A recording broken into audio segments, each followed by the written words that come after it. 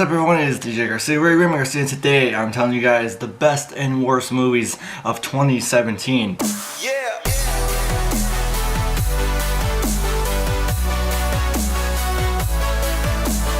Best movie of the year being a comic book film, and that is Logan. And it's just, I can't find too many flaws with this. It's really hard. This is my favorite, actually. This is my best movie of the 2017 year. And oh, I forgot to mention, this is basically based off movies that I've seen in theaters. Because there's so many movies that I watch per year, like here at my house.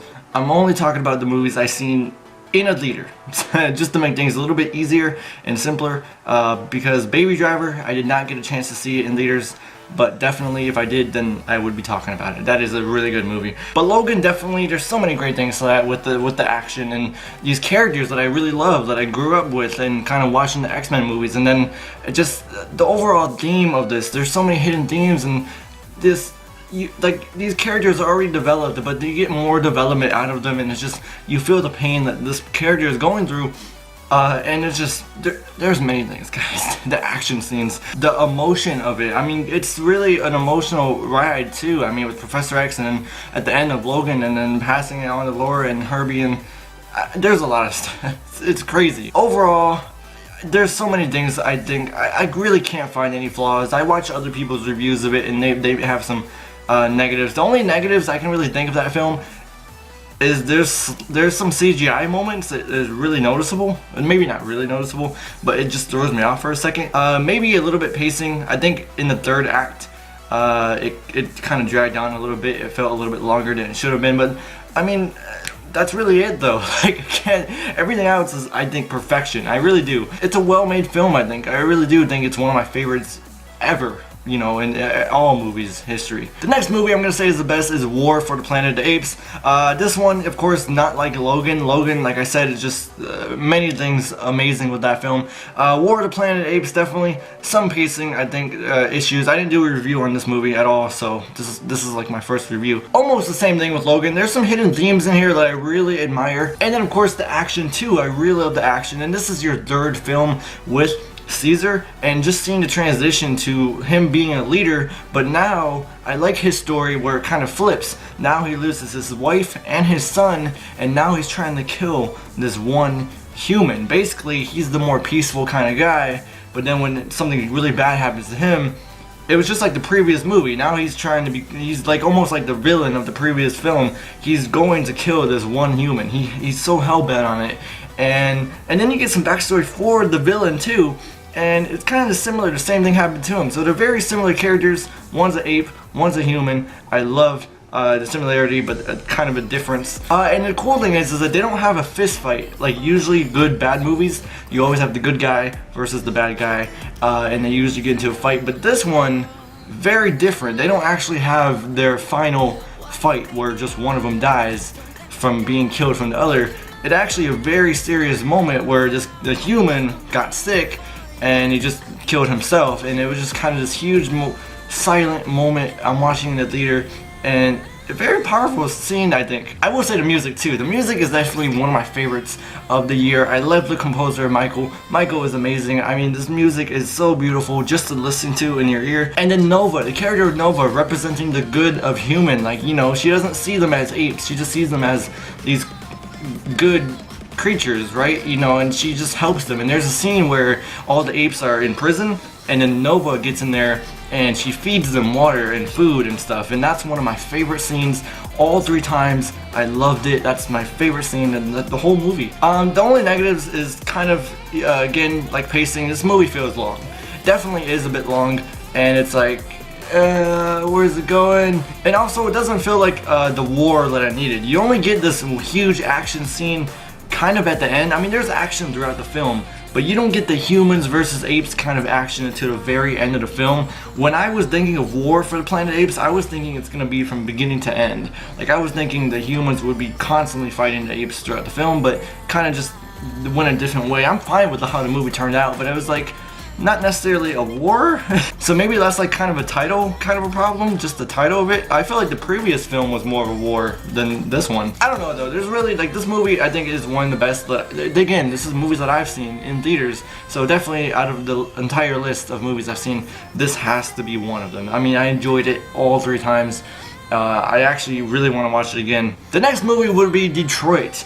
This is really cool because I was actually in Michigan watching this, and also it was a true story that I never heard of, that I never heard about. And I remember I was working at AMC at the time, and someone, an older guy, was talking to me about it, and because we're in Michigan, right? And I guess he was there. I guess he knew about it, and he was like, yeah, it really happened and stuff. And he was talking about it, and I was like, wow, this is a true story then, isn't it? Something, these riots. I never heard of them until this movie was coming out. I took my mom to go see it, and yes, the first scene, the first like kind of beginning, the intro, feels intense.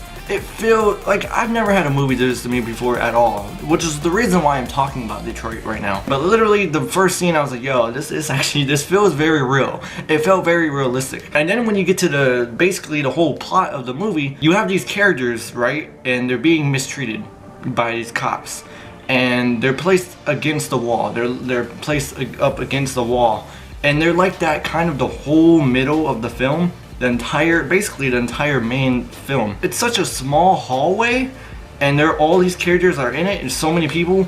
I think when you're watching it, you feel like you're there, and it's such a small hallway, and most of the film takes place in that hallway. So many people. It just feels like, that's why I think it's one of the reasons why it feels really intense, because everything feels so close to you. And so I think that's one of the reasons why that film worked, and why it felt so uncomfortable. And I felt it. It was really realistic, and especially what's happening to those characters, and thinking that this is probably true, that this really happened. It's like, yo, it's really intense. I will say though, this movie dragged on afterwards, like when everything was done. They went into this whole like court segment, justice and trials and a court, and then that's what dragged on. I was like, so basically the problem that I just named, it's always the third act. I was like, yo, we don't need this entire court, like 30 minutes. I was like, bruh. And also performances are really good in this. There's a lot of people that I actually knew, and there's some good performances. So those are like the 3, I think, best that I've seen. I've seen a lot of movies this year, but those are the ones that I think are the most, well made. So now on to the worst movies, and I really only have 2. So basically the movies that I'm about to name, I did enjoy, but it could have been made, I think better. The first one is The Hitman's Bodyguard. I went to see this, and it is funny at parts, but I never really had that huge laugh. Like, it's the same problem as I just named. There's a point in this film where you get to what feels like the ending, and you're like, okay, this movie's ending, but nope, there is another 30 minutes, and I'm like, oh, it's still going. There's another action piece, another problem, and I was like, whoa. So if you've seen the movie, you probably felt that too. And also a lot of the jokes in here just kind of not the funniest. I remember just sitting there, and there's jokes that go on left and right, but they don't land well. I mean, there are some jokes that were funny. I think the more the movie went on, I started to laugh a little bit more and more, but I mean, it shouldn't do that. Like, I should be laughing throughout the whole thing. Anyway, yeah, The Hitman's Bodyguard I think could have been better. The last worst movie, this is probably actually the most terrible movie that I've seen this year, out of all the movies. I will say it's Justice League. I mean, there's so many things at this point in the DC universe that just kind of get me angry thinking about it. Justice League could have been better. Justice League could have been better. There's many things I can talk about this one. Same thing like Suicide Squad last year. I mean, there's actually problems with the DC universe right now that I have. Starting from Batman v Superman, Justice League, I mean, there's problems that you have from previous movies that kind of come into play. Now I will say again, I had fun. I enjoyed watching it, especially the end credit scenes. I flipped out. I was nudging my dad like, yo, I don't want to do spoilers just in case you still haven't seen it, but I was freaking out at certain moments and stuff, me being a comic book fan. But this movie could have been better. I walked out the theater not wanting to go see it again. Like, I should have been excited to go see it a second time, but I didn't. I didn't go see it a second time. I didn't feel like I needed to. And that kind of sucks. Like, that's how you know it wasn't that great. But basically, I don't know whose decision it was for Warner Brothers to do this, but 2 hours. Why 2 hours exact for Justice League when you introduce the villain and 3 new characters, but also you have to focus on Superman, Batman, and Wonder Woman? You know, even though they've been introduced already, you still gotta focus on them. I mean, and then the story and everything else in between. Why 2 hours? Like, and then of course Josh Whedon, you know, he took over. Now, if you guys don't know, Zack Snyder was directing this movie, but he had to step down. You know, I think in the editing process. But then of course you have to do reshoots. So they brought in Josh Whedon, and Josh Whedon was in charge of reshoots, and then they told Josh Whedon, hey, you should make this movie 2 hours. So I don't blame Josh, because he had an order from people above him, and he had to cut things down. So he had to cut scenes out, and then, you know, he had to do reshoots to kind of make everything seem fit, and it doesn't work. I will say Josh though, he could have been done better on his reshoots, because when you watch this movie, you can tell there are 2 different directors. Because that's true, but I shouldn't have seen it. You can legit tell what scenes Josh Whedon did and what scenes Zack Snyder did. And you can, just looking at it, I was able to tell easily that, like, I was hoping Josh Whedon would, when he did his scenes that he was directing now, I was hoping like he would direct it in maybe a style Zack Snyder did. You know, kind of to make it seem like all one director in a way when you're watching this film. But nope, it feels like there's 2 different directors. I also don't like Josh Whedon and his shots of Wonder Woman. I'm gonna be honest, there are shots of Wonder Woman in this film, like 2 or 3 butt shots of Wonder Woman. He wouldn't have done that for Batman or Aquaman or Flash. Just had to do it to Wonder Woman. And also, there's a joke in here where the Flash accidentally lands on Wonder Woman's breast, like his face lands in it, and then he quickly, it's like a funny moment, he quickly gets up off her. He did that same joke in Avengers Age of Ultron. I mean, like, bet you can tell it's Josh Whedon. He definitely added that in. And to do it to a character like Wonder Woman, it's supposed to be this empowering character, right? I mean, why, Josh? I know it was him. I know it was him. Didn't care about the villain. I mean, he had no purpose. But I hear there were some deleted scenes, right? That they had to take out, of course. There were some deleted scenes that I feel like if you kept in the movie, it would have gave Steppenwolf a purpose. He had a purpose. So basically, you had 3 mother boxes in this film, and he was trying to collect them all. But what they didn't say is that his mother is actually in all 3. That was a deleted scene, that his actual mom is in all 3, and that he's trying to get his mom back and use his mom to kill his boss. Because there is a guy above Steppenwolf who is named Darkseid, and he's working for him.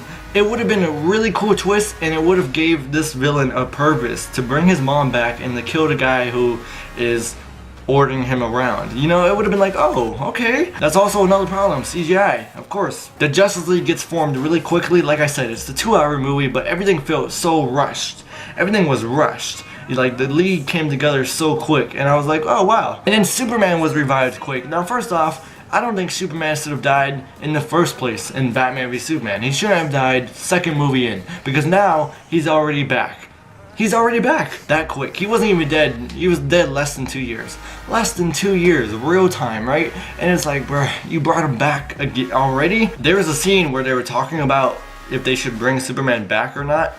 And then they were like, minutes later, he's back already. Like, it felt really rushed. And I was like, oh, he's back already. Wow, he really is alive.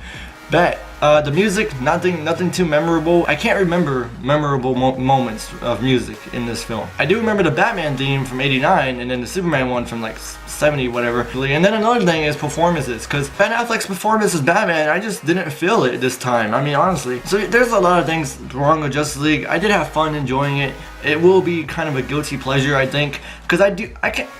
Suicide Squad, a lot of the same problems. I could watch Suicide Squad, but it's poorly made. I can watch this movie and have fun with it, but it's poorly made. And so Justice League definitely, I think, is the worst movie for me of 2017 that I've seen in theaters. I will say though, if I was talking about every movie of the year that I've seen, Baby Driver would definitely be on this list. If I had seen Baby Driver in theaters, I would be talking about it. That was a really well-made film. I really like Baby Driver. I just spit. But anyway, that's just my thoughts on everything. I mean, if you guys like this video, please give this video a like. It would really help me out. Comment down below your best and worst movies of 2017. And if you want to see more on my channel, please subscribe, and I'll see you in the next video. Goodbye.